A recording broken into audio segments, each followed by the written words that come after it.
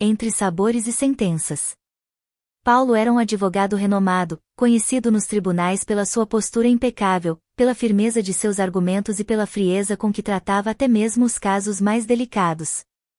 Nos corredores do fórum, seu nome era pronunciado com respeito e, em alguns casos, até com certo medo. Nada o abalava. Nenhum olhar, nenhuma palavra atravessava aquela muralha que ele mesmo havia erguido em torno de si. Vinha de uma família de juristas tradicionais, e desde cedo aprenderá que sentimento não cabia no mundo da lei. Ali, só havia espaço para a razão.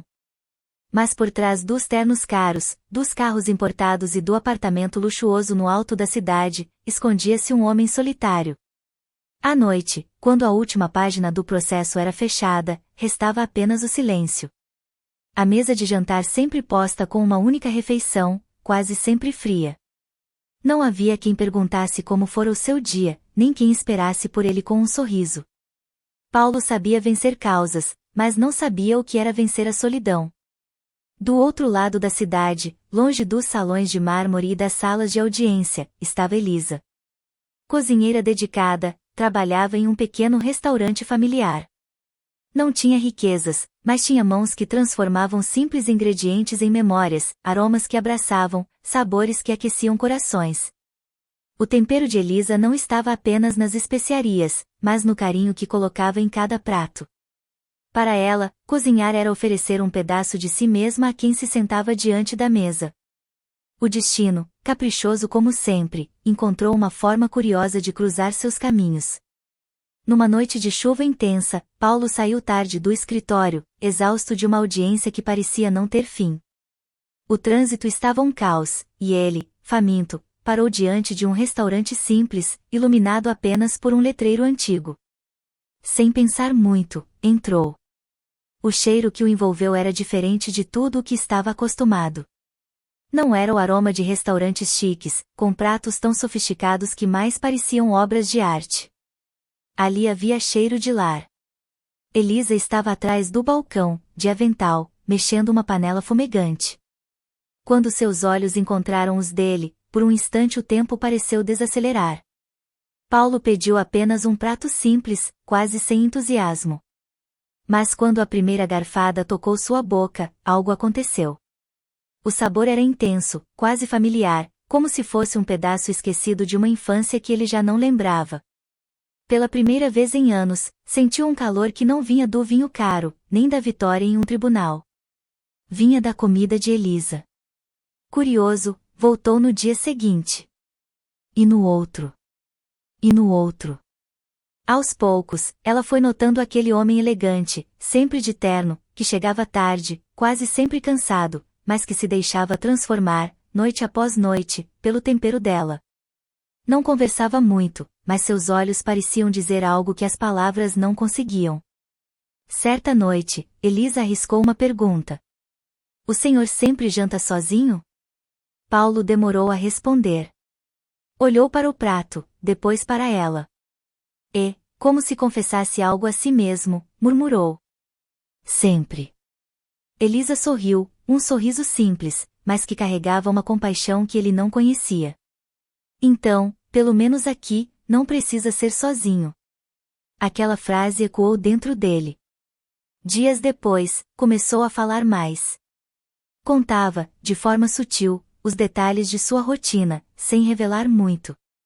E ela, entre panelas e histórias, lhe oferecia pedaços da própria vida, falava da infância humilde, do sonho de abrir seu próprio restaurante, da fé que mantinha acesa apesar das dificuldades. Quanto mais ele ouvia, mais percebia o abismo entre eles. Ele, cercado de riqueza, mas vazio. Ela, com tão pouco, mas tão cheia de vida. Paulo começou a se perguntar se havia passado tempo demais buscando vencer no tribunal e tempo de menos aprendendo a viver fora dele. O inevitável aconteceu, apaixonou-se.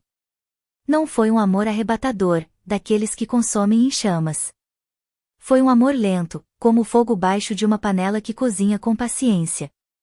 Ele descobriu que o sorriso de Elisa tinha mais sabor do que qualquer vinho raro, e que as mãos dela, manchadas de tempero, eram mais delicadas do que as joias que tantas mulheres exibiam ao seu lado em festas de gala. Mas, como em todo romance que desafia destinos, havia obstáculos. O círculo social de Paulo jamais aceitaria que um advogado renomado se envolvesse com uma cozinheira de bairro. E dentro dele, a luta era ainda maior, a razão, fria e calculista, contra o coração, quente e inesperado. A primeira vez que se atreveu a levá-la a um de seus jantares sofisticados, percebeu os olhares tortos, os cochichos, os sorrisos maliciosos. Elisa, porém, não se abalou. Sentou-se com dignidade, sem perder a simplicidade. E foi ali que Paulo entendeu que ela não precisava se moldar ao mundo dele.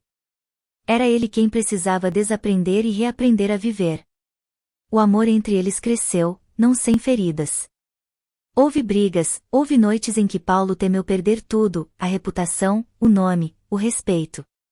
Mas sempre que duvidava, bastava voltar ao restaurante e provar, mais uma vez, a comida de Elisa. Era como se cada prato dissesse silenciosamente: o que importa não é o que o mundo espera de você, e sim o que o seu coração deseja.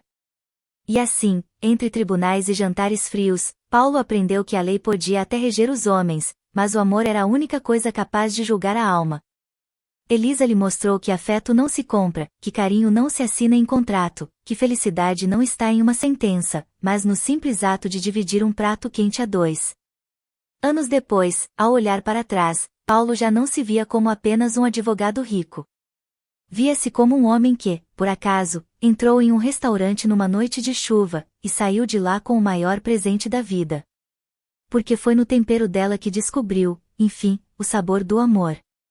Se você gostou da história Entre Sabores e Sentenças, escreva aqui nos comentários o nome da sua cidade, quero saber de onde você está nos acompanhando. E se ainda não é inscrito no canal, se inscreva agora e compartilhe esse vídeo com mais pessoas. Até o próximo vídeo.